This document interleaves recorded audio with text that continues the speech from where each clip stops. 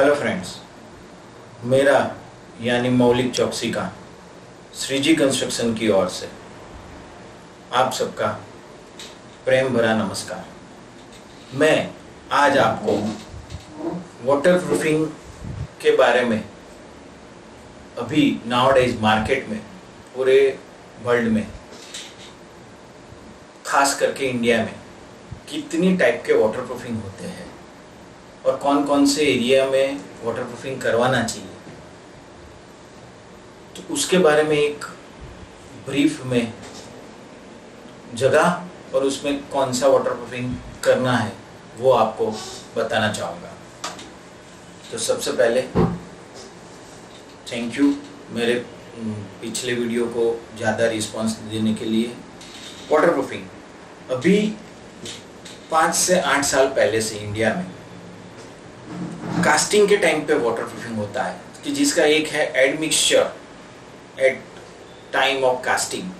तो जब हमारा कोई भी कंस्ट्रक्शन हो रहा है, घर का, डेवलपमेंट का, commercial, residential, industrial, infrastructures, bridges, वो सब जो भी अपने मेट्रोस सबके जो भी कंस्ट्रक्शन हो रहे हैं, डैम्स, कैनाल्स, उसमें आप जब कास्टिंग करते हो तो कास्टिंग के टाइम पे आप उसमें एड मिक्सचर ऐड कर सकते हो कि जिससे सीमेंट, जो भी आपका ग्रेडेशन ऑफ सीमेंट है, उसकी डिज़ाइन मिक्स आपके हिसाब से जो भी बनाई हुई है स्ट्रक्चरल इंजीनियर ने, पीएमसी कॉन्ट्रैक्टर्स ने, तो वो उसमें आप एवरेज थंब रूल के हिसाब से 0.8 से 1.5% ऑफ वेट ऑफ सीमेंट के वॉल्यूम के हिसाब से आप उसको कास्टिंग के टाइम पे वाटरप्रूफिंग कर सकते हो, जिससे आपका जो भी स्ट्रक्चर बन रहा है, जो भी कंपोनेंट, जो भी एलिमेंट्स बन रहे हैं वो डेंस बनता है, जिसकी वजह से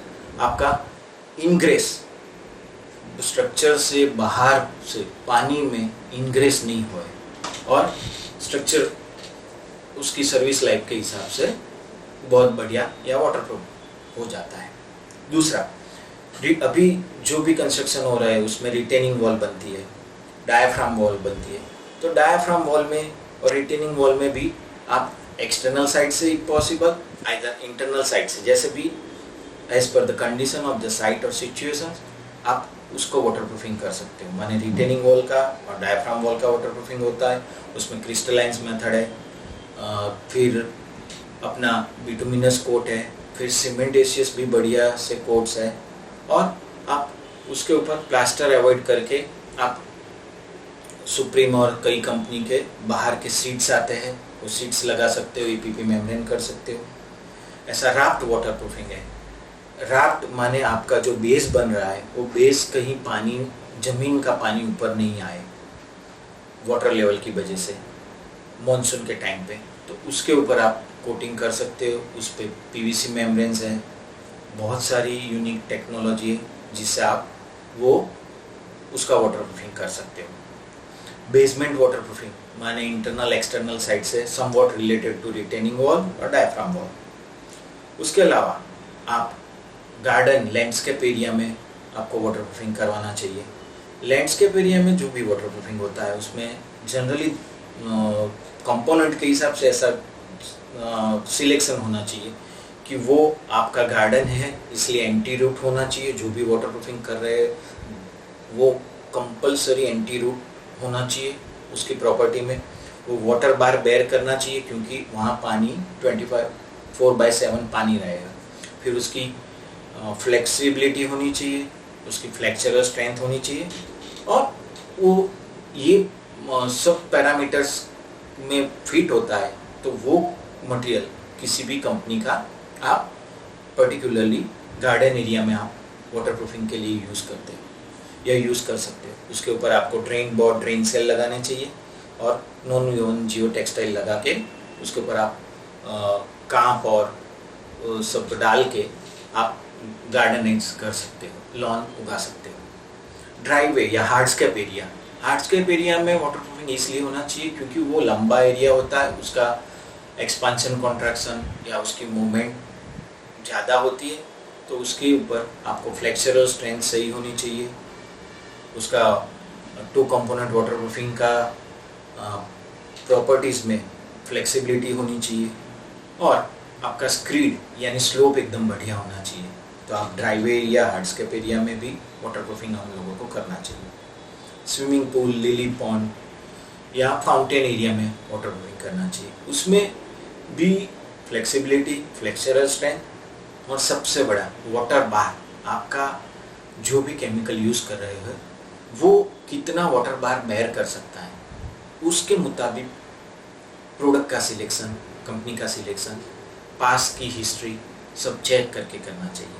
तो आपका swimming pool area, lily pond area या फाउंटेन एरिया में लीकेज होने के चांसेस खत्म हो जा सकते हैं या फिर कम हो जाते हैं। उसके अलावा आपको टॉयलेट्स और बाथरूम में वाटरप्रूफिंग करना चाहिए, क्योंकि वो भी 24/7 पानी के साथ रहता हुआ एरिया है। तो उसमें भी आपको वाटर बार ज़्यादा लेने की ज़रूरत नहीं है, फ्लेक्सिबिलिटी होनी चाहिए और सही मायने में सही प्रोडक्ट का सिलेक्शन होना चाहिए। तो आप उससे टॉयलेट्स और बाथरूम एरिया के वाटरप्रूफिंग कर सकते हो। अंडरग्राउंड ओवरहेड टैंक का एरिया का भी वाटरप्रूफिंग होना चाहिए।